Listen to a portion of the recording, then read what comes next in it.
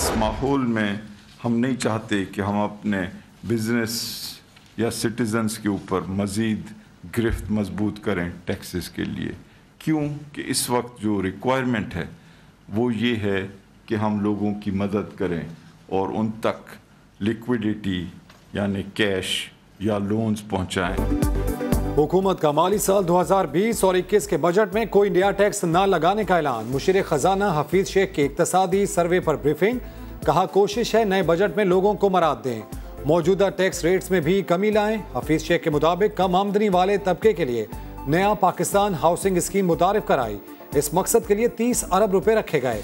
Fix tax के जरिए तामीराती सनत को मुकम्मल पैकेज दिया। कोशिश है कि जो लोग घर खरीदें उन पर बोझ ना पड़े।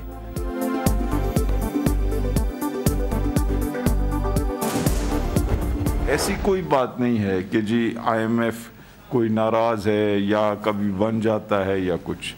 और अभी भी आपने देखा कि जब ये कोरोना वायरस का मसला हुआ तो सबसे पहले वो थे जिन्होंने आके $1.4 बिलियन इजाफी दिए।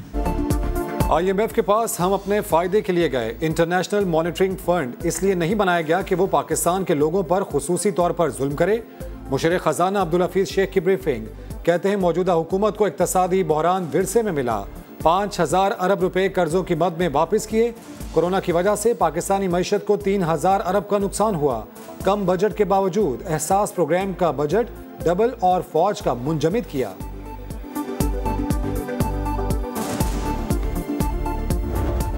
प्रोग्राम था ये 1 करोड़ 20 लाख खानदानों के लिए शुरू हुआ था और आज ही वजीर आजम ने मंजूरी दिया है कि इसका दायरा कार जो है 1 करोड़ 60 लाख खानदानों तक इसके दायरे कार को बढ़ाया जाए।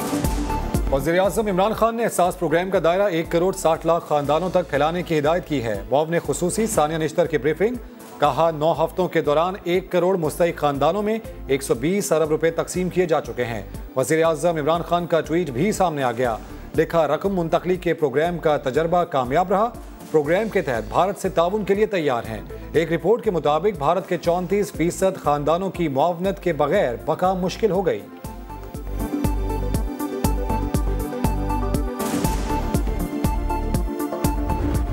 किसी भी फील्ड में ले लें, दूर दूर तक कामयाबी का कोई नामो निशान नहीं। जब तक ये मुल्क जो है हमारी कैद में पड़ने से टर्न अराउंड नहीं हो जाता इमरान खान साहब से, तब तक हमें कैद में रखें। हमसे कोई कीमत वसूल कर लें, लेकिन खुदा के लिए कुछ तो काम करें। वज़ीर आज़म आए रोज मुतज़ाद बयानात देते हैं, उनके बयानात की कोई तशरीह कर दे। सिंध ने कोरोना पर काबू पाने की कोशिश की, उसके वज़ीर आला के खिलाफ सियासत शुरू कर दी गई। कोई तरीका ढूंढें कि कोरोना भी पीपल्स पार्टी और नून लीग के जिम्मे लग जाए। ख्वाजा आसिफ की कौमी असम्बली में घन गरज। कहा हम निजकारी के खिलाफ नहीं हैं, किसी भी शोबे को ले लें, दूर दूर तक कामयाबियों का नाम नहीं है। हमसे रकम वसूल कर लें, लेकिन खुदारा वजीर आजम कुछ काम तो करें।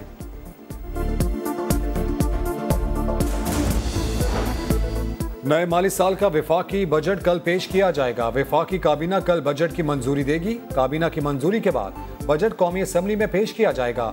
अपोजिशन टफ टाइम नहीं देगी। हिज़्ब इख्तलाफ कटौती की तहरीक पर वोटिंग से दस्तबरदार। कोरम की निशानदही भी नहीं की जाएगी। चाहे होगी भी सही तो तब भी वो आधे तो उधर ही रह जाएंगे, आधे इधर आएंगे तो किसी को मिलेगा किसी को नहीं।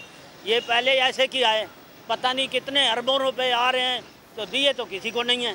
नाम रोज लिख जाते थे। अवाम को इस बार भी बजट से अच्छी उम्मीदें वाबस्ता नहीं। मजदूर तबका बजट से मायूस। कहते हैं सरकारी मुलाजमीन को तो 10 से 15% इजाफा मिल ही जाता है, लेकिन यौमिया कमाने वाले यूं ही मुंह देखते रह जाते हैं।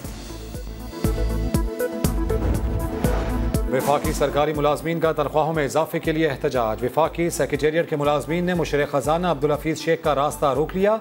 कहते हैं बजट में रिलीफ ना दिया गया तो पार्लियामेंट हाउस के सामने धरना देंगे। मुशीर खजाना का मुतालबात पर गौर करने का वादा।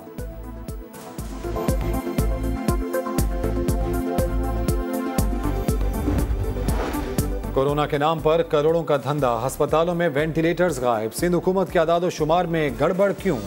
समा ने मामला उठाया तो 171 वेंटिलेटर्स एक दिन में 203 के करीब पहुंच गए।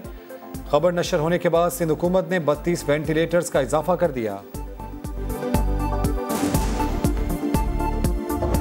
76 की रसीदें कल शो कर दी गई, वैसे 99 है। मैं तो वो बता रहा हूँ जिनको इन्होंने रिसीविंग की है। तो वेंटिलेटर भाई बेच रहे हो, वेंटिलेटर प्राइवेट अस्पतालों को ठेके में दे रहे हो, क्योंकि वेंटिलेटर तो 500-600 से ज़्यादा है सिंध में। मरीज आज की तारीख में 83 है टोटल। फिर भी लोगों को वेंटिलेटर अगर नहीं मिल रहे तो वेंटिलेटर जा कहाँ रहे हैं? मरीज को वेंटिलेटर मिल नहीं रहे तो जा कहां रहे हैं? पीटीआई रहनुमा हलीमा आदिल शेख ने सवाल उठा दिए। इल्जाम लगाया कि सूबाई हुकूमत प्राइवेट अस्पतालों को वेंट ठेके पर दे रही है। वज़ीर आला सिंध को पीएम हाउस आने से किसी ने मना नहीं किया। मुराद अली शाह का इल्जाम सरासर गलत है।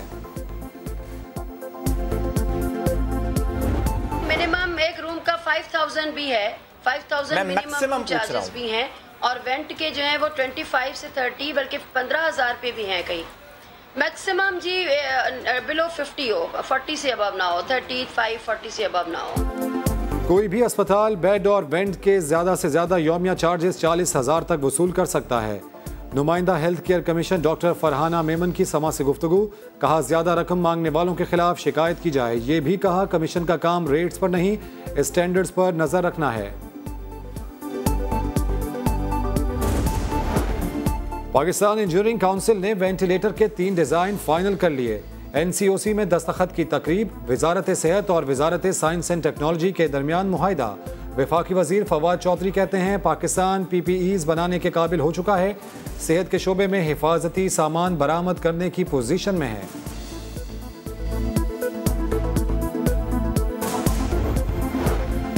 आलमी वबा कोरोना वायरस से मासूम बच्चे भी मुतासिर हो रहे हैं। सिंध में 10 साल के 1700 से जायद बच्चों में कोरोना की तस्दीक। अब तक 4 बच्चे इंतकाल कर चुके। तर्जुमान सिंध हुकूमत मुर्तज़ा वहाब कहते हैं गैर जिम्मेदारी और एहतियाती तदाबीर पर अमल न करने का नुकसान बच्चों को वायरस की सूरत में हुआ। खुदारा घरों पर रहें और अपने बुजुर्गों और बच्चों का तहफ़्फ़ुज़ करें।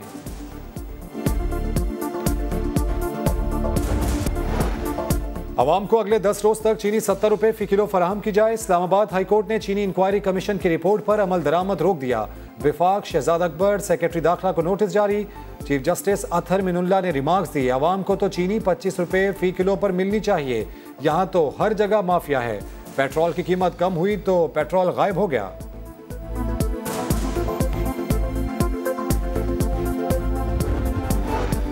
और मुल्क के बेशतर शहरों में पेट्रोल आज भी नायाब। कई शहरों में पेट्रोल पंप्स बंद। विफाकी वजीर पेट्रोलियम उमर अयूब का दावा। कहते हैं 3 दिन में सूरत हाल बेहतर हो जाएगी। पेट्रोल का बहरान मसनूई तौर पर पैदा किया गया। माफिया आवाम तक समरात पहुंचने नहीं दे रही। जखीरा अंदोजी करने वालों के खिलाफ कार्रवाई कर रहे हैं।